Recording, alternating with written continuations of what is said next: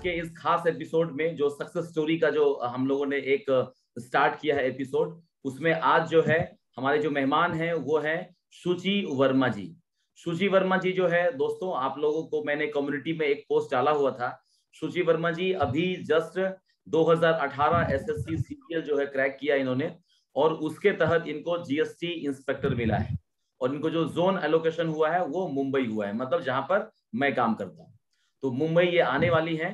तो इनका जो सक्सेस स्टोरी है वो कैसे रहा, कैसे इन्होंने हर्डल जो आए इनके लाइफ में वो कैसे इन्होंने पार किया, क्या क्या हर्डल थी, कैसे वो कम आउट हुई उससे, परिवार में क्या कुछ सपोर्ट मिला, किसी से कोई प्रॉब्लम हुई, वो तमाम तरह की बातें, दोस्त का क्या सहयोग था, वो सब हम लोग इसमें पूछने वाले हैं। तो चलिए सबसे पहले हम लोग जो है शुचि वर्मा जी के पास जाते हैं और उनसे पूछते हैं कि उनका जो तैयारी है वो किस दिशा में था और कैसे कैसे आगे बढ़ता रहा। शुचि जी, आपका बहुत बहुत स्वागत है हमारे चैनल पे। आगाज योर जर्नी आपका अभिनंदन करता है। Thank you sir, thank you. चलिए सबसे पहले आपको बहुत बहुत बधाई। आपका जो ड्रीम पोस्ट आपने प्रिडिक्ट किया था कि मुझे जीएसटी इंस्पेक्टर बनना है, वो आपको मिल चुका है। उसके लिए बहुत बहुत हार्दिक शुभकामनाएं। Thank you so much sir. चलिए हम लोग अपने बातचीत का सिलसिला स्टार्ट करेंगे। सबसे पहले हल्का फुल्का इंट्रोडक्शन तो मैंने दे दिया है आपके बारे में, तो मैं चाहूंगा कि आप अपने से जो है अपना इंट्रोडक्शन 1-2 मिनट में हमारे दर्शकों को बताइए। Hi everyone, my name is Shuchi Verma, I belong to Lucknow. और एसएससी सीजीएल की तैयारी मैंने 2017 से शुरू की थी। 2016 में ग्रेजुएशन होने के बाद 2017 का जो सीजीएल था और साथ ही में सीएचएसएल के एग्जाम को साथ में मैंने शुरू किया था। 2017 का I couldn't make it to the final list में मेरा नाम नहीं था, लेकिन टियर 4 तक जाने का मौका मिला। इससे फायदा ये हुआ, हालांकि आई फेल्ड, लेकिन इससे फायदा ये हुआ कि जो गलतियां मैंने की थी वो सारी गलतियां मैंने स्किप करके 18 में उन्हें इम्प्लीमेंट किया। साथ ही में ये भी हुआ कि 17 सीएचएसएल का भी एग्जाम मैंने दिया था, तो सीजीएल में तो फाइनल नहीं हुआ, लेकिन सीएचएसएल 17 मेरा फाइनल हो गया था। तो I am currently working in ministry of civil aviation, उसमें डीजीसीए डिपार्टमेंट में। साथ ही में अब जब सीजीएल 18 का रिजल्ट आया है उसमें मुझे जीएसटी इंस्पेक्टर की यानी सेंट्रल एक्साइज इंस्पेक्टर की पोस्ट मिली है, which was of course my second number of dream job. First number was of course this thing, Ministry of External Affairs, that was my first preference. तो उसमें तो पता ही है थोड़ा सा प्रॉब्लम रहती है वैकेंसीज वगैरह की, तो नहीं मिल पाया। सेकंड मेरी प्रेफरेंस यही थी। और इसके साथ ही में मैंने सीजीएल 19 भी दिया है, सीएचएसएल 18 भी दिया था, जिसके डॉक्यूमेंट वेरिफिकेशन में आई डिडंट अपीयर क्योंकि वो सीट वेस्ट करना था, लेकिन वो एग्जाम देना पड़ गया इस वजह से क्योंकि सीजीएल का रिजल्ट डिलेड था। और इसके साथ ही जब हाँ सीजीएल 19 का मैंने दिया है एग्जाम, और सीजीएल 19 में भी I am expecting excise inspector again with a different zone. और ये तो मेरा प्रिपरेशन के बारे में हो गया। एंड ओवरऑल इट्स जस्ट कि मैंने बैचलर ऑफ आर्ट्स किया था ग्रेजुएशन में, जिसमें मेरे सब्जेक्ट्स थे पॉलिटिकल साइंस, इंग्लिश और ज्योग्राफी। इंग्लिश का बहुत हेल्प मिला सीजीएल के एग्जाम में। मैथ्स मेरा थोड़ा सा प्रॉब्लम क्रिएट करता था, उसमें बहुत ज्यादा हार्ड वर्क करनी पड़ी और फिर फाइनली रिजल्ट आप सबके सामने। बहुत बढ़िया। ये बताइए शुचि जी, आपके परिवार में कौन कौन है, घर में कौन कौन है? जी, मेरी फैमिली में मेरी मम्मी पापा और मेरी 3 बड़ी बहन है। वी आर 4 सिस्टर्स और they all are married and even I am married. I married this year only. और मेरी फैमिली बस इतनी ही है। और मेरे मम्मी पापा दोनों का ये सपना रहा है कि उनकी सभी बेटियां गवर्नमेंट जॉब में हो। एंड फाइनली अब ये चीज साबित हुई है कि we all are doing well in our job, we are all in government Shuchi ji, sector. ये बताइए कि पापा मम्मी क्या करते हैं, मतलब वो भी गवर्नमेंट जॉब में थे क्या? उनका सपना ऐसा रहा है कि आप लोग भी गवर्नमेंट जॉब में जाएं, तो उन लोगों का क्या है ऑक्यूपेशन? मेरे पापा बैंक मैनेजर थे इंडियन ओवरसीज बैंक में, और मेरी my mother was a home maker. Mummy papa दोनों का ही बचपन से ये हम लोग जब से हम लोग पढ़ने वाले हुए तब से उन्होंने यही समझाया कि पढ़ाई पे बहुत स्ट्रेस दिया कि पढ़ाई करनी है और इसी को करियर, ऐसा नहीं कि बहुत ज्यादा प्रेशर डाला, लेकिन उसकी अहमियत बताई। और जिसका आज सच में बहुत प्राउड फील होता है, बहुत प्राउड फील होता है कि उस वक्त हम लोग को वो थोड़ा सा डांट और थोड़ी सी प्रेशर मिली, जिसकी वजह से हम लोग पढ़ाई करके यहाँ तक पहुंच पाए। ओके, मतलब मम्मी का सपना था और पापा भी चाहते थे कि आप लोग जो है गवर्नमेंट जॉब की तैयारी करें। चलिए, आपका बैकग्राउंड जो है पॉलिटिकल साइंस है, मेरा भी बैकग्राउंड पॉलिटिकल साइंस ही है, मैंने DU से किया हुआ है। खैर, तो पॉलिटिकल साइंस से आपने ग्रेजुएशन किया, उसके बाद फिर SSC की तरफ कैसे आए? क्या कुछ इंसिडेंट है इस बीच में? जी सर, क्लास 12 तक तो मेरा PCM था, मैथमेटिक्स रहा है। मैथमेटिक्स से हमेशा से दूर भागने की कोशिश की मैंने, और घूम के SSC के थ्रू वापस से मैथ्स मेरे सामने आ गई। तो जब 12 में PCM किया था तब लगा था कि अब मैथ्स नहीं पढ़नी है, मैथ्स बहुत ज्यादा मेरे लिए प्रॉब्लम क्रिएट करती थी, मैथ्स नहीं पढ़नी है। तो और पहला रीजन ये था, और दूसरा आई कुड चूज BSc, लेकिन ये मेरे माइंड में क्लियर था कि गवर्नमेंट जॉब में जाना है। पहले प्रेफरेंस था UPSC, हालांकि UPSC में ज्यादा कुछ हो नहीं पाया, लेकिन सेकंड चॉइस ये SSC हो गई। SSC इसलिए ज्यादा अप्रोचेबल थी क्योंकि पहली चीज उसकी कोचिंग हर सिटी में अवेलेबल हो जाती है। UPSC के लिए हम सबके माइंड में होता है कि दिल्ली जाकर ही प्रिपेयर करना पड़ेगा। दूसरा, SSC का कोर्स थोड़ा लिमिटेड है, जो कि पूरी पढ़ाई करने के बाद समझ में आया, थोड़ा UPSC के कंपैरिजन में थोड़ा लिमिटेड लगा। देखने में लगा कि हाँ मैथ्स है, इंग्लिश है, GS रीजनिंग भी है उसमें, लेकिन मैथ्स और इंग्लिश मेजर पार्ट है। तो ऐसा लगा कि इंग्लिश तो हो जाएगा, मैथ्स में मेहनत लगेगी, जो कि करनी ही थी आफ्टर ऑल। तो सीधे SSC चूज कर लिया मैंने। ओके, और फिर जैसे ही आपका ग्रेजुएशन कौन से साल में हुआ है? 2016 में। तो 16 में ग्रेजुएशन खत्म हुआ और उसके बाद आपने तैयारी स्टार्ट करी, ठीक है? जी तो जैसे तैयारी आप स्टार्ट किए तो सबसे पहला काम क्या किए? कोचिंग के बारे में पता किए, कोचिंग में चले गए, या कोई सक्सेस लोग मिला आपको जिन्होंने क्रैक किया था? सर शुरू कैसा रहा? हाँ सर, शुरू में अपने लखनऊ शहर में एक कोचिंग मिल गई, वहाँ पे प्री की प्रिपरेशन की फॉर फर्स्ट 6 months, और 6 महीने की प्री की प्रिपरेशन करने के बाद फिर सेल्फ स्टडी पे आ गए। अब कोचिंग से ये फायदा मिला कि हम लोग को एक ट्रिक्स होती है, जैसे मैथ्स हो गई, उसमें कुछ ट्रिक्स हो गए या शॉर्टकट्स हो गए, उनके बारे में पता लग गया। इंग्लिश में काफी हेल्प मिली, क्योंकि इंग्लिश में हम लोग को अगर तुरंत कह दिया जाए कि इंग्लिश पढ़नी है तो हम लोग को लगेगा खाली ग्रामर की बात हो रही है, वो कैब की बात हो रही है। लेकिन कोचिंग में क्या होता है कि वो हर चीज को बेस से कॉन्सेप्ट से उठाते थे, फिर प्रैक्टिस कराते थे। एक तरीके का प्रेशर वो देते हैं कोचिंग वाले पर डे का, कि आज ये पढ़ के आना। अब आपके ऊपर है आप पढ़ के आते हैं या नहीं। मेरे साथ ये था कि वो पर डे का कोचिंग का जो मिलता था, घर आके रिवाइज करना, नोट्स बनाना, उसे पढ़ करके जाना, और हर संडे मॉक से शुरुआत की। आई स्टिल रिमेम्बर, जो लाइफ का फर्स्ट मैंने मॉक दिया था, लाइव मॉक आता था संडे को, फर्स्ट मॉक दिया था। और हंसने की बात है कि प्री में मेरे 50 मार्क्स बने थे, 50 आउट ऑफ 200। बहुत ही बेकार लगा कि नहीं होगी, SSC मेरे बस की बात नहीं है। एक तो मैथ्स ऑलरेडी इतना प्रॉब्लम लगती है, मेरे से नहीं होगा। लेकिन वो करते करते 50 से शुरुआत की, करते करते करते करते करते जाके सर मेरे प्री में 176 मार्क्स बन गए। धीरे धीरे करके शुरू किया, धीरे धीरे करके जो शुरू किया, एंड में जाके पहला एक साल तो खुद को भरोसा दिलाने में लग गया कि मुझसे SSC होगी भी या नहीं होगी। SSC का मतलब सीजीएल, टारगेट सीजीएल को करते थे, वो साइड में ही होता है CHSL या फिर कोई दूसरी जॉब लग जाती है तो उसको ले लेंगे, जॉब नहीं छोड़ेंगे आज के टाइम में, लेकिन टारगेट सीजीएल ही था कि सीजीएल करना है।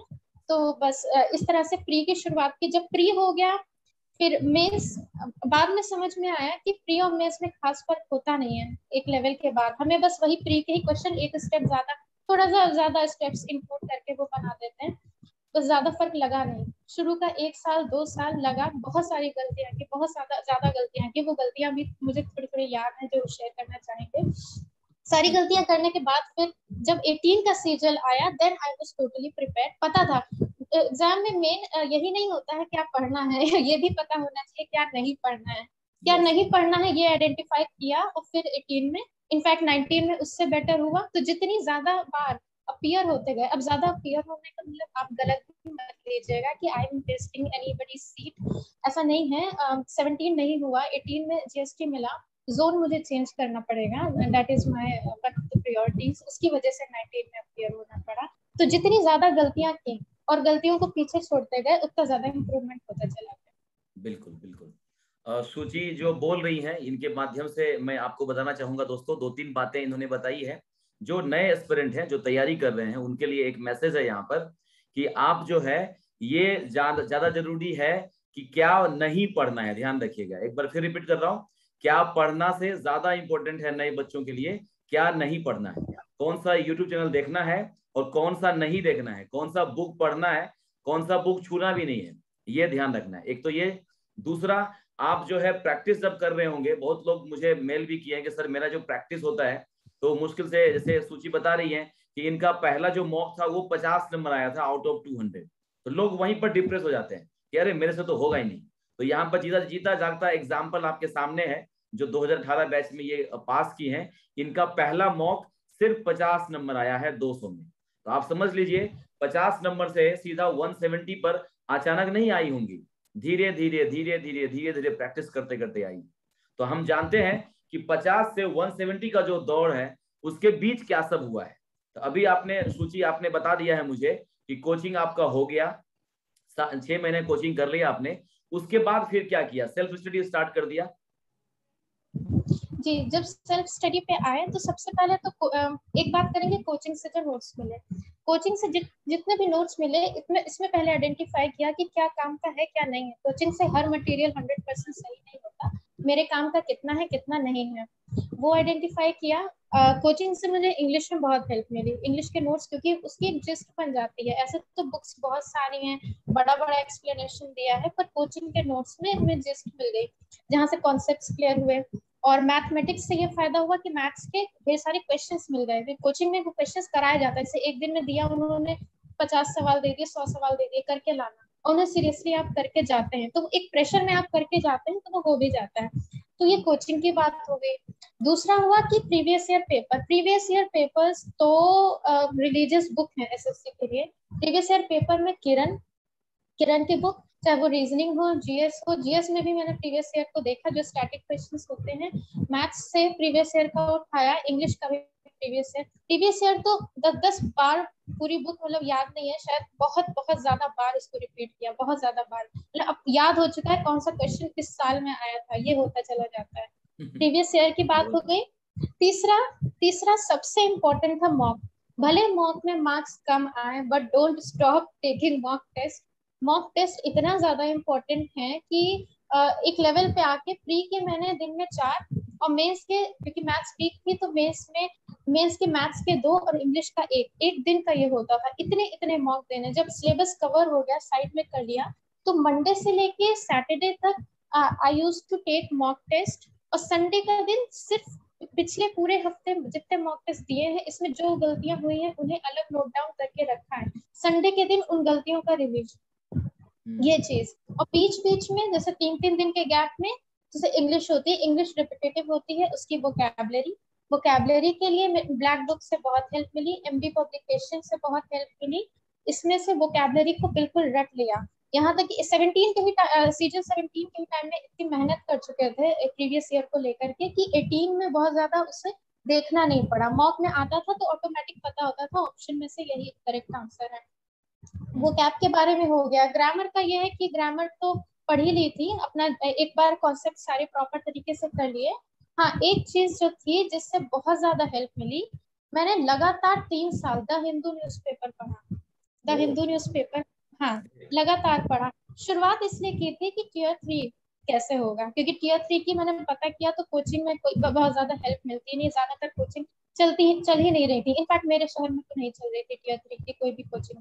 तो टियर 3 का क्या तरीका है, कैसे इंप्रेसिव स्टेटमेंट्स बनाए जाए, कैसे इंट्रोडक्शन शुरुआत कैसे की जाए, कंक्लूड कैसे किया जाए, अच्छे वर्ड्स कैसे यूज किए जाए, शुरुआत इस तरीके से की। टियर 3 के लिए शुरुआत की द हिंदू न्यूज़पेपर के लिए। और लगातार 2017, 18, 19, 20 तक लगातार घर पे द हिंदू न्यूज़पेपर आया। 2-2.5 घंटे लग जाते थे उसे पढ़ने में। किसी दिन छूट भी गया तो अगले दिन पिछले दिन का भी पढ़ना है, फिर आज का भी पढ़ना है। अब न्यूज़पेपर पढ़ने से पहली हेल्प ये मिली कि इंग्लिश में अगर कोई ग्रामर का कोई भी रूल या कोई भी ऐसा मतलब कोई भी एक स्ट्रक्चर होता है स्टेटमेंट का, अगर वो भूल भी गए हैं तो न्यूज़पेपर पढ़ते पढ़ते इतनी आदत हो जाती है ना इंग्लिश को समझने की कि धीरे धीरे करके ऑटोमेटिक पता लग जाता है, ज्यादा लॉजिक नहीं लगाना पड़ता, नहीं यहाँ पे ये चीज फिट होगी, अगर कोई एरर है तो तुरंत दिख जाता है ये एरर यही होगा।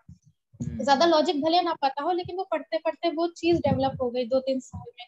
तो इंग्लिश में बहुत हेल्प मिली। इंग्लिश में मेरे 196 थे, इंग्लिश में मेरे 196 थे। इंग्लिश में न्यूज़पेपर से बहुत हेल्प मिली, और दूसरा जब टियर 3 पेपर लिखा, टियर 3 में मेरे 70 मार्क्स आ गए, इसी वजह से कि इतना ज्यादा न्यूज़पेपर पढ़ते पढ़ते इस चीज में हेल्प मिली। और तीसरा करंट अफेयर में भी हेल्प मिली। तो एक न्यूज़पेपर से 3 चीजों में हेल्प मिली।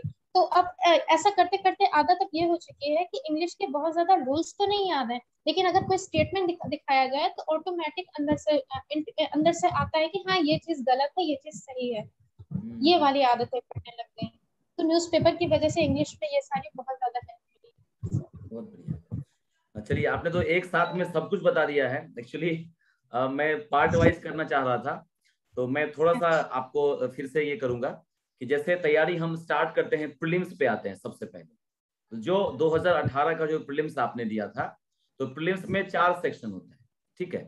तो प्रीलिम्स का जो मैथ्स है या रीजनिंग है या जीके जीएस है और फिर इंग्लिश है, तो प्रीलिम्स के लिए अलग से तैयारी करना है या फिर प्रीलिम्स के समय ही आपको मेंस का भी तैयारी करना है?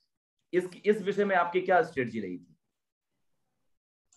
सर मेरा मानना है कि प्री और मेंस में खास फर्क नहीं है। इंग्लिश और मैथ्स की बात की जाए, खास फर्क नहीं है, सिलेबस वही है। बस मेंस में थोड़ा 1-2 स्टेटमेंट और बढ़ा करके, थोड़ा और एडवांस करके क्वेश्चंस आ जाते हैं। इंग्लिश में तो कोई भी फर्क नहीं है, वही वोकैब होती है जो प्री में भी आती है, मेंस में भी आती है। ग्रामर का भी सेम रूल होता है। हालांकि जब एग्जाम पास में हो, पता लगे एक 2 महीने बाद प्री है, एक महीने बाद प्री है, तब मेन फोकस प्री ही पे रखें, उसी के मॉक लगाएं। मेंस के बारे में बिल्कुल ना सोचें, उस वक्त मेंस के बारे में ना सोचें। प्री में मार्क्स अच्छे बनेंगे तो ऑटोमेटिक फिर मेंस में भी आपका इतना तैयारी हो जाएगा कि मेंस में भी अच्छे बनेंगे और ओवरऑल परसेंटेज आपका अच्छा रहेगा। तो जब एक नॉर्मल तैयारी में चल रहे हो तो प्री और मेंस में खास फर्क नहीं है, मैथ्स और इंग्लिश की बात की जाए। और जब एग्जाम पास में हो तो उसी एग्जाम पे फोकस करें जो एग्जाम पास में है। Correct correct. तो जैसे प्रीलिम्स में जीके जीएस है और फिर रीजनिंग है, तो इसके लिए कोई स्पेसिफिक बुक आपने किया था? सर रीजनिंग के लिए पहले किरण पब्लिकेशन की जो प्रीवियस सब चीजों में मैंने प्रीवियस ईयर को तो बहुत रिलीजियसली पढ़ लिया था। तो प्रीवियस ईयर से ये हो गया था कि पैटर्न यही होगा, क्वेश्चन का टाइप यही होता है, फिगर एम्बेडेड फिगर होगा तो वही एक सीरीज चलती रहेगी, ऐसे नहीं कभी पैटर्न चेंज भी नहीं किया। तो प्रीवियस ईयर करने से बहुत ज्यादा फेमिलियरिटी हो गई कि क्वेश्चन ऐसे ही आएंगे। उसके बाद रीजनिंग के लिए मॉक के ही मतलब मॉक के विद इन ही वो कवर हो जाती थी, अलग से रीजनिंग को पढ़ने। हालांकि एसएससी की इंग्लिश सॉरी रीजनिंग में कोई बहुत ज्यादा डिफिकल्टी है नहीं, उसको मॉक में ही कवर किया। बात करें जीएस और जीके की, तो जो स्टैटिक जीके है वो प्रीवियस ईयर से भी पढ़े, और यूट्यूब पे बहुत सारे वीडियोस अवेलेबल हैं। इसमें से 2-3 वीडियोस, ज्यादा चैनल का नाम नहीं आता है, 2-3 अच्छे खासे वीडियोस जैसे डाउनलोड करके रखते थे। जैसे दिन भर का शेड्यूल हुआ कि इतनी देर मैथ्स का पढ़ना है, फिर इतनी देर इंग्लिश का पढ़ना है। इंग्लिश और मैथ्स के बीच में जो गैप होता था, या यूजुअली डिनर के बाद, लंच के बाद जो एक गैप होता था आधा घंटे का, उसमें वो वीडियोस जो डाउनलोड करके रखे हैं, उन्हें कान में ईयरफोन लगाया और उनको प्ले कर दिया। तो वीडियोस को डाउनलोड करके बस प्ले करते हुए वॉक कर रहे हैं या फिर टहलने जा रहे हैं, कुछ भी कर रहे हैं, तो उन वीडियोस का मतलब ऑडियो सुनते हुए, इस तरह से बीच के आधे आधे घंटे में। जीके और जीएस का ये है कि पहली चीज थोड़ी सी अनप्रेडिक्टेबल होती है, जरूरी नहीं आपने जो पढ़ा है सेम वही चीज है। तो इस वजह से उसको उतनी ही वैल्यू दी जितना प्रोपोर्शन में वो पूछा जाता है। बहुत ज्यादा टाइम जीएस जीके में नहीं लगाया। हाँ ये है कि इंग्लिश और मैथ्स के जैसे गैप में हो गया, या किसी दिन बिल्कुल पढ़ने का मन नहीं कर रहा, सिर्फ मॉक दे के छुट्टी ले ली, तो उस दिन के लिए जीएस और जीके को दे दिया। बीच में आधा घंटा 1 घंटा सिर्फ सुन लेना है या टहलते हुए वीडियो देख लेनी है, बस इतना ही किया, बहुत ज्यादा नहीं। कुछ बुक्स वगैरह नहीं पढ़ा आपने, जैसे लूसेंट पढ़ते हैं या कोई भी स्पेसिफिक जीके जीएस के लिए कुछ नहीं पढ़े? तो ऑनेस्टली मैंने किसी बुक को नहीं उठाया, क्योंकि ये एक तो चीज में मुझे ये लगता है कि बहुत ज्यादा प्रेडिक्टेबल है नहीं। एग्जाम में हमेशा सरप्राइज ही हो जाता है, सरप्राइजिंग एलिमेंट ही होता है। कुछ लोग होते हैं जिनका जीएस का पार्ट काफी स्ट्रांग रहता है, जो यूपीएससी एम करने वाले या पीसीएस एग्जाम एम करने वाले, उनकी बात और है। मेरा यही था कि सिर्फ एसएससी ही करना है, तो जीएस को बहुत ज्यादा। अगर हम मार्क्स की बात करें तो 170 जो आप बता रहे हैं, वो कैसे कैसे आया था आपको? मैथ्स में कितना आया, रीजनिंग में कितना आया, वो बता सकते हैं? इंडिविजुअली याद नहीं आ रहा है अभी, सीरियसली चलिए अभी कोई याद बात नहीं नहीं। मैंने देखा। तो अब हम आते हैं मैथ्स की तैयारी के लिए। तो मैथ्स के लिए कोई अगर बेसिक बुक आप बता सकें हमारे दर्शकों को जो तैयारी स्टार्ट कर रहे हैं, क्योंकि आपका भी मैथ्स वीक था, तो मैथ्स की जो तैयारी आपने की होगी, वीक से आप बेस्ट पे लेके आए अपने मैथ्स को, तो वो कैसे किया था? जीरो से आप एकदम वहां तक कैसे पहुंचे? उसके लिए क्या क्या बुक्स या कौन सा चीज जो है वो आप बताना चाहेंगे? मैथ्स के लिए जैसे कि मैंने कोचिंग की थी शुरू के 6 महीने, तो कोचिंग में उन्होंने सारे कॉन्सेप्ट्स पढ़ाए, क्वेश्चंस कराए, उनको ठीक से पढ़ा। फिर घर आके एनसीईआरटी की बुक्स हैं, उसमें कॉन्सेप्ट्स वगैरह हैं, हालांकि हमें लगता है बच्चों का बुक है, लेकिन उसमें बेसिक बेसिक कॉन्सेप्ट जो है क्लियर हो जाते हैं, उनको पढ़ा। किरण पब्लिकेशन की बुक को तो बहुत ज्यादा अच्छे से पढ़ा। साथ ही में किरण पब्लिकेशन की जब आती है प्रीवियस ईयर, एक तो पूरा सेट आता है कि लास्ट 10 ईयर के क्वेश्चन पेपर है, एक मैथ्स के लिए अलग से आती है ओनली मैथमेटिक्स की, प्रीओ मेंस और सीएचएसएल के, और ये सारे क्वेश्चंस होते हैं, वो सारे क्वेश्चन सही से पढ़े, उनका एक्सप्लेनेशन। जो क्वेश्चंस नहीं होते थे वो अब फ्रेंड्स या फिर कोचिंग तो 6 ही महीने के लिए थी, जब कोचिंग छूट गई तब इस चीज में थोड़ा प्रॉब्लम हुआ, तो फ्रेंड्स हुए या ग्रुप बन गया, आपस में डिस्कस कर लिया इन सारे क्वेश्चंस को। और साथ ही में मैंने सीडीएस के क्वेश्चंस भी लगाए थे। बीच में ये चीज उठी थी 2017 के एग्जाम्स के बाद कि क्वेश्चंस कैट से कॉपी हो रहे हैं, हालांकि कैट की तो नहीं देखी बुक मैंने। सीडीएस के भी लास्ट 5 ईयर के क्वेश्चंस, सारे क्वेश्चंस 3-3 4-4 बार प्रॉपर्ली रिपीट करके उसका पूरा प्रीवियस पेपर भी लगाया ऐसे। और मॉक, जब मॉक देते थे तो मॉक में क्या होता था कि ऑफ कोर्स मैथ्स में प्रॉब्लम होती थी, स्पीड नहीं बन पाती थी, लगता था कि क्वेश्चन हो तो जाएगा लेकिन स्पीड नहीं बन पाती थी, तो जो होते थे सो करते थे, जो नहीं हो पाते थे फिर बाद में उसमें देखते थे कि कौन से क्वेश्चन किए जा सकते थे, उसमें से 10% तो क्वेश्चन निकलते थे जो आते ही नहीं थे, उनकी अलग से नोटबुक बना करके उसमें नोट डाउन करके रखा। और जैसे संडे संडे हो गया या एक दिन जिस दिन पढ़ने का मन ना किया उस दिन सिर्फ सिंपली उस नोटबुक को उठा करके उसमें से रिपीट किया। एग्जाम के जस्ट जैसे 10 दिन पहले 15 दिन पहले सिलेबस पढ़ना छोड़ दिया, सिलेबस में कुछ नहीं पढ़ना, बस खाली जो जितनी गलतियां हुई हैं मॉक्स में, जितनी गलतियां हुई हैं या प्रीवियस ईयर लगाने में, उनके अलग से जो सेटअप क्वेश्चंस बना रखे हैं सिर्फ उन्हें रिपीट करते हैं, उन्हें ढेर सारा रिपीट किया। मॉक मॉक जो आप लगाना स्टार्ट किए थे, तो वो कब से लगाना स्टार्ट किए? सिलेबस कंप्लीट होने के बाद या साथ साथ में शुरू कर दिया था? सर साथ में शुरू किया था, तभी अच्छे मार्क्स नहीं बनते थे जी, साथ में शुरू किया था, लेकिन यह है कि कंटिन्यूटी बनाए रखी, मार्क्स चाहे 0 ही क्यों ना आए, कंटिन्यूटी बनाए रखी। शुरुआत में कोशिश की कि हर संडे देना ही देना जो लाइव मॉक आते थे। फिर जब अपना प्री प्रॉपरली हो गया, फिर जब प्री क्लियर हो गया तो कॉन्फिडेंस आया कि अपना हो सकता है, तब जा करके मैंने ढेर सारी कोचिंग के, मैंने 6-7 कोचिंग के अलग अलग टेस्ट पेपर्स खरीद रखे थे और उनको फिर डेली बेसिस पे उनको लगाना शुरू किया। तो मॉक मॉक क्या कौन सा मॉक जो है आप रेकमेंड करेंगे? आपने जो लगाया होगा, आपको लगा होगा कि हाँ ये मॉक जो है एसएससी के पैटर्न पे है, तो ऐसा कुछ रेकमेंड करना चाहेंगे बच्चों को?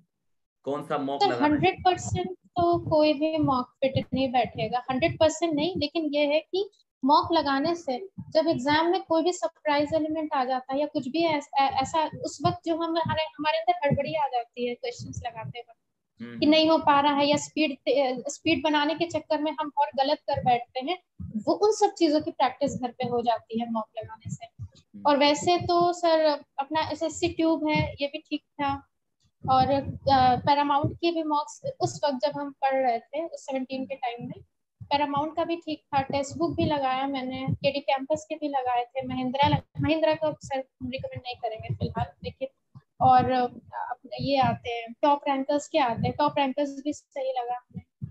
तो और भी ऐसे ही मॉक थे सर इन सारे। ये है कि कोई भी एक मॉक परफेक्ट नहीं है, लेकिन ओवरऑल सबके निचोड़ में जो सीखने को मिला वो ये सीखने को मिला कि स्पीड बनी, दूसरा कि कुछ भी ऐसा नया आ जाए तो डर नहीं लगेगा, कर लेंगे, और तीसरा ये कि अपना जो है फ्लो बन गया कि एग्जाम स्टार्ट होने जैसे कि टाइमर चलता रहता है, देख के डर लग जाता है कि अरे बाप रे, तो टाइमर देख के डर लगना बंद हो गया, इतनी ज्यादा प्रैक्टिस कर ली कि घर ही में एग्जाम वाला माहौल लगने लगा।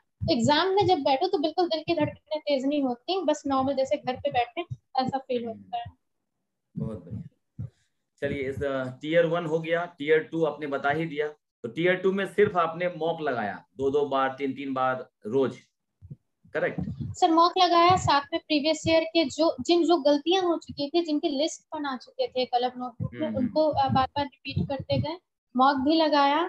और प्रीवियस ईयर का ये है कि कई कई कोचिंग ये अवेलेबल कराती है कि प्रीवियस ईयर को ही मॉक के फॉर्म में अवेलेबल, वो बेस्ट होता है। उसमें तो पहले चीज प्रीवियस ईयर अपने आप हो जाता है और दूसरा अपनी मॉक की भी प्रैक्टिस हो जाती है, उसको बार बार लगाया, उसमें ज्यादा फायदा मिलने लगा प्रीवियस ईयर को लगाने में। चलिए बहुत बढ़िया दोस्तों, एक चीज और मैसेज है अभी जो बता रही है शुचि कि आप जो है सबसे पहले जो अटैक करेंगे प्रीवियस ईयर जो क्वेश्चन पेपर है उसको आप अटैक करेंगे, और उससे रिलेटेड जो भी मॉक अवेलेबल है वो आप लीजिए, और उससे आपको आइडिया मिलेगा, उससे बहुत फायदा भी होगा। इवन आप उसको बार बार बनाइए जिससे कि याद हो जाए। जो बता रही है शुचि कि इनको याद हो गया था कि कौन सा क्वेश्चन किस साल आया है, तो उससे बहुत फायदा होता है क्योंकि क्वेश्चन जो है रिपीट होती है। चलिए तैयारी का तो हम लोग समझ लिए। आपका जो तैयारी का क्रम था उसमें क्या होता है, कभी कभी फैमिली का कुछ चैलेंजेस वगैरह आता है, किसी ने कुछ बोल दिया, किसी ने कुछ बोला कि नहीं तेरे से तो नहीं होगा, ठीक है तू क्या करने वाली है, तुम्हारा तो ये बेकार है, तुम्हारा वो बेकार है। तो ये जो निगेटिविटी आती है कभी कभी, तो उससे आप कम आउट होने के लिए क्या करते थे? सर नेगेटिविटी फैमिली या फ्रेंड्स की तरफ से कम आई, ज्यादा से ज्यादा सॉरी टू से एसएससी की तरफ से आई। एसएससी का एग्जाम इतना टाइम ले लेता है। मैंने 2017 का जब सीजीएल दिया तो बिल्कुल कॉन्फिडेंस नहीं था मेरा होगा भी, ऐसा लगा कि बस खाली इसको रफली दे देते हैं, अगले साल प्रॉपर तरीके से देंगे। प्री निकला तो कॉन्फिडेंस बढ़ा, मेंस निकला तो और कॉन्फिडेंस बढ़ा, लगा कि हो जाएगा। 17 में प्रॉब्लम आ गई थी थोड़ी, 3 साल तक के लिए डिले हो गया, लगा होगा कि नहीं होगा। इस पूरे दिमाग में आगे की तैयारी चलने के बजाय पीछे ही अटका रहता कि उसमें वो स्टे कब हटेगा, रिजल्ट कब आएगा, उसका क्या होगा। इतना टाइम वेट करने के बाद फाइनली 17 सीजन में नहीं हुआ था। तो जब ये जो वेट पीरियड था, इतने में कई लोगों ने घर पे भी समझाना शुरू कर दिया कि एसएससी का कोई भरोसा नहीं है, बैंक की तैयारी, काफी सारे फ्रेंड्स बैंक की तैयारी के लिए काफी मोटिवेट करने लगे कि बैंक कर लो 6 महीने में हो जाता है। काफी मेरे साथ के फ्रेंड्स थे वो मुझसे आगे भी निकल गया बैंक में, तो उनको जब मेरा रिजल्ट आता है उनके जॉब पे ऑलरेडी 1-1 साल पूरे हो चुके होते हैं। तो इस चीज की वजह से जो एसएससी इतना टाइम लगा देती है, इस चीज की वजह से काफी डिमोटिवेशन होता रहा। और इससे बात करेंगे कि ओवरकम कैसे किया, तो ओवरकम करने के लिए ये है कि पहली चीज मुझे पता था कि मैंने बीए किया है और कोई दूसरी ऐसी डिग्री है नहीं, और अब आगे कुछ और क्यों करेंगे। थोड़ा सा ईगो भी इस चीज में आ गया कि किसी काम को लिया है अगर अपने हाथ में और इसे पूरा किए बगैर फिर किसी को क्या बोलेंगे, क्या जवाब देंगे कि क्या हुआ मेरा। 3-4 साल डिवोट किए, 3-4 साल बाद फिर कोई मतलब नहीं था कि 3-4 साल किया क्या। और दूसरे किसी एग्जाम पे इसलिए नहीं स्किप किया क्योंकि एसएससी की इतनी प्रिपरेशन हो जाती है एक टाइम के बाद कि उससे बहुत ज्यादा अटैचमेंट हो गया था। कई लोग ने कहा कि एसएससी की प्रिपरेशन छोड़ के यूपीएससी करने लग जाओ या बैंक करने लग जाओ, तुम्हारे रिजल्ट जल्दी आ जाएगा, मेहनत तो उतनी ही लगती है, उससे ज्यादा थोड़ी लगती है आगे पीछे, लेकिन कुछ और करने लग जाओ। लेकिन एसएससी में इतनी ज्यादा पढ़ाई कर चुके थे, इतना करते करते, क्योंकि इतना ज्यादा रिलीजियसली सारी बुक्स सब कुछ रट सा गया था, कौन सी बुक आपकी साल में आई हुई है, इतना रट सा गया था कि फिर धोखा जैसा लगा कि एसएससी को छोड़ के कुछ दूसरा, ऐसा लगा कि अब वेट कर लेते हैं, अब की जो आएगा पेपर उसको बहुत अच्छे से देंगे, क्योंकि तैयारी में आप 90% तक पहुंच चुके हो, 10% और करना है, तो वो ज्यादा आसान लगता है बजाय कि किसी और एग्जाम को आप जीरो से शुरू करो। ये चीज हुई थी जी। और मोटिवेशन बस खुद ही का था कि सर अब और क्या करना है, यही इसी को हाथ में लिया है, इसको पूरा करना है। चलिए आपने मुझे फोन पे बताया था कि, और इवन अभी इंटरव्यू में भी बताया कि मैथ्स आपका वीक था, तो फिर मैथ्स को स्ट्रॉन्ग करने के लिए आपके जो हस्बैंड है उनका बहुत अच्छा रोल रहा है, तो उनका क्या कंट्रीब्यूशन है आपके इस सक्सेस को लेकर, वो आप थोड़ा बता दीजिए। पहली चीज तो he is a maths teacher, तो मैथ्स में ऐसा होता था कि कई सारे डाउट्स मिलने लग जाते थे। अब कोई किसी और कैंडिडेट को डिस्टर्ब करना या किसी को कोई क्वेश्चन भेजा है अगर व्हाट्सएप पे कि इसका सोल्यूशन बताना, तो वो खुद पढ़ाई कर रहा है, वो मेरी क्वेश्चन को प्रायोरिटी ना देके अपनी पढ़ाई करेगा, ये सारी प्रॉब्लम्स आ जाती थी। और कोचिंग छूट चुकी थी, सिर्फ फर्स्ट 6 मंथ्स के लिए ही की थी, तो उसके बाद फिर वहाँ अप्रोचेबल भी नहीं था। तो मेरे हस्बैंड उस वक्त, he was my friend at that time, तो उनको हम क्वेश्चंस भेजते थे और वो सारे क्वेश्चंस का कॉल पे, वीडियो कॉल पे या फिर अपना ऑडियो कॉल पे उनका सोल्यूशन बताया करते थे। और usually when we used to meet, तो वो सारे क्वेश्चंस का पूरी हम लिस्ट जितना एक अलग से नोटबुक बना करके रखते थे, सारे क्वेश्चन सॉल्व करा के हमें बताया करते थे कि कैसे होगा सारे क्वेश्चन, उनका सोल्यूशन।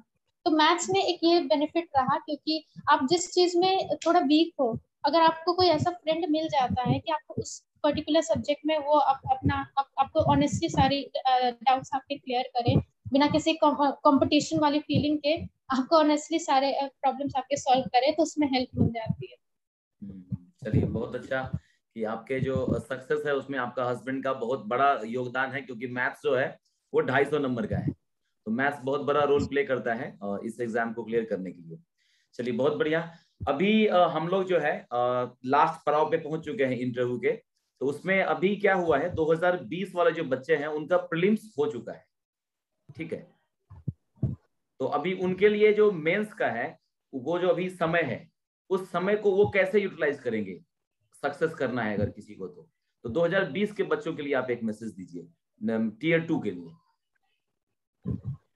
जी, 2020 का जो CGL का exam which is expected in the month of February, उसके लिए ऑफ कोर्स अपना प्रीवियस ईयर स्ट्रॉन्ग रखें, कॉन्सेप्ट सारे स्ट्रॉन्ग रखें। मैथ्स को तो जितना ज्यादा प्रैक्टिस करेंगे उतना ज्यादा वो ब्रशअप होके खिल के आएगी, मैथ्स के लिए ये है।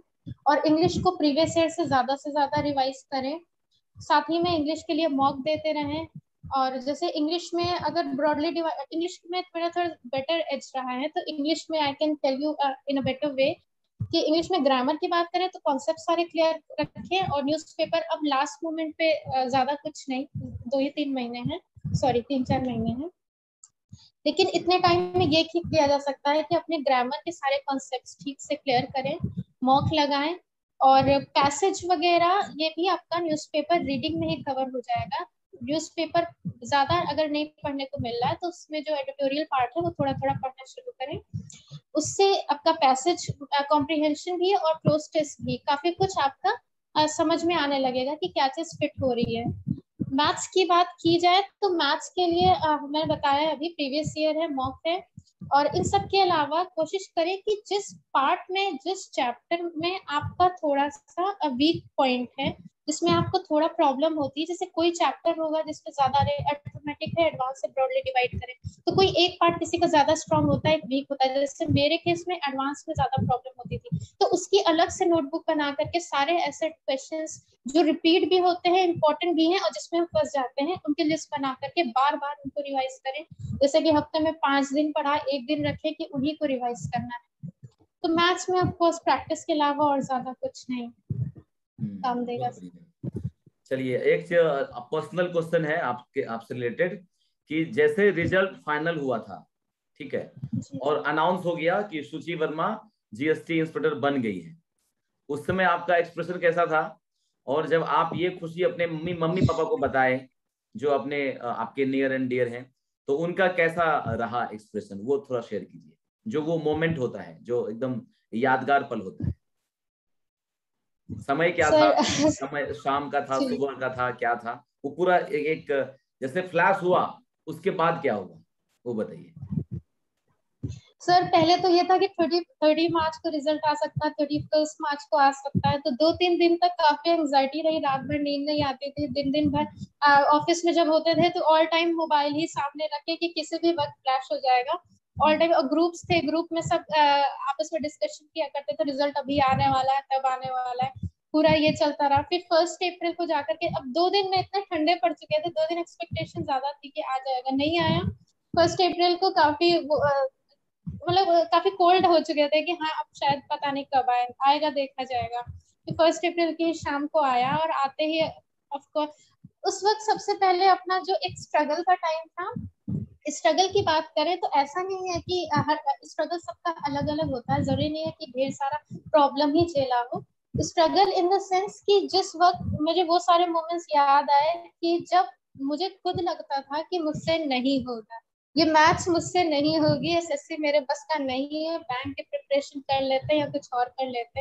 वो टाइम सबसे ज्यादा याद आया कि जब लोग कहते थे कि SSC छोड़ दो, ये 4-4 साल ले लेगी, 5-5 साल ले लेगी, नहीं होगा, वो पहले सबसे पल याद आया। तो बहुत ज्यादा ऑफ कोर्स अंदर बहुत ज्यादा खुशी थी कि कुछ अचीव किया है, और साथ ही में I was very much ground to earth क्योंकि वो सारा पल याद आए कि जिस वक्त I used to cry a lot, जब भी मॉक में मार्क्स नहीं आते थे, जब भी रिजल्ट 17 का रिजल्ट फाइनल उसमें नहीं हुआ था, I used to cry like anything. बहुत रोना आता था, बहुत रोना आता था कि क्या होगा। वो सारे मोमेंट्स याद आए। उसके बाद सबसे पहले फोन किया बहनों को, मम्मी को, पापा को, सबको बताया। वो लोग खुश थे। They are in another city, my job is in another city. तो तुरंत हम लोग फिजिकली तो वी कुड नॉट कांटेक्ट, लेकिन कॉल के थ्रू बताया सबको, सारे फ्रेंड्स को बताया, सबका कॉल आया। वो उन लोगों ने भी कॉल किया जिन्होंने who had lost hope in me कि इससे कुछ होगा भी। तो इस तरह से सबसे शेयर किया।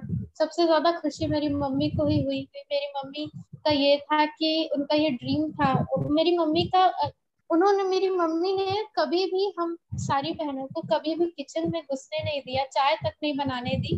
कभी भी किचन में घुसते थे तो कहती थी कि तुम जाकर के पढ़ाई करो, तुम्हें बस पढ़ना है, सिर्फ पढ़ना है, ये सब नहीं, कुछ नहीं करना है, सिर्फ पढ़ाया।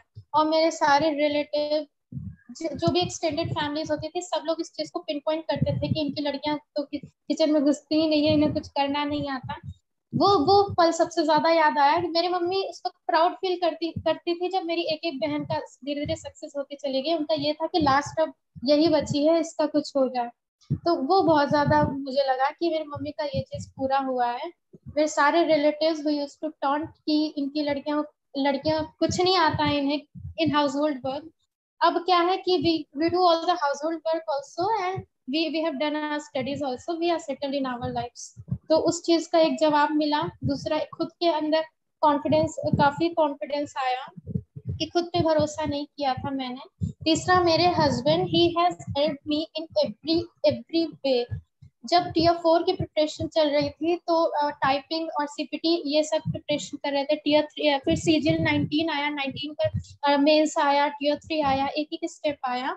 मेरे जॉब्स ऑफिस भी जाते थे, ऑफिस से आने के बाद मेरे पास इतना टाइम नहीं होता था कि पढ़ाई कर पाएंगे, क्योंकि जॉब ले ली थी साथ में, जॉब के साथ वो प्रिपरेशन नहीं हो पाती है। तो he used to cook, he used to do all the work, he used to say to me, जैसे मेरी मम्मी कहती थी कि जाओ तुम जाके पढ़ो जाके, तो he was the one, he used to say कि तुम जाओ पढ़ो जाके, तुम ये मत करो, मैं कर दूंगा। तो इनका भी, इस पे भी मुझे बहुत प्राउड है कि मुझे पेरेंट्स भी ऐसे मिले जिन्होंने बहुत बहुत ज्यादा सपोर्ट किया, अपनी लड़कियों को बेटों की तरह पाला। इस चीज पे दूसरा, मुझे हस्बैंड भी वैसे ही मिल गए जो he keeps me above himself, कि तुम करो जाके, तुम बाहर निकलो। अभी भी मेरा पोस्टिंग हुई है मुंबई में, and he is so much encouraging, he encourages me कि तुम जाओ, तुम करो, and he is also coming with me कि तुम्हें हेल्प होनी चाहिए, तुम्हारा अच्छे से सब होना चाहिए। तो इस चीज में भी I am very lucky about this 2 things. और फिर बस sir, I am very much thankful to all of this people in my life. बहुत बढ़िया, आपने तो इमोशनल कर दिया मुझे भी। खैर, बहुत अच्छी स्टोरी है, बहुत अच्छी स्टोरी है आपकी। और मुझे भी अपना रिजल्ट याद आ गया अचानक, जब मेरा रिजल्ट आया था, दिल्ली में था मैं।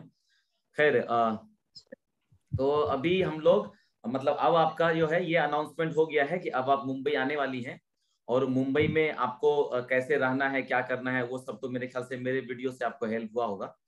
जी जी, मेरा जो, आपकी वीडियो से बहुत हेल्प मिली सर। हाँ, मेरा जो आगाज योर जर्नी चैनल है, उसमें आप कैसे जुड़ी, और कौन सा वीडियो से आप रिलेट किया था?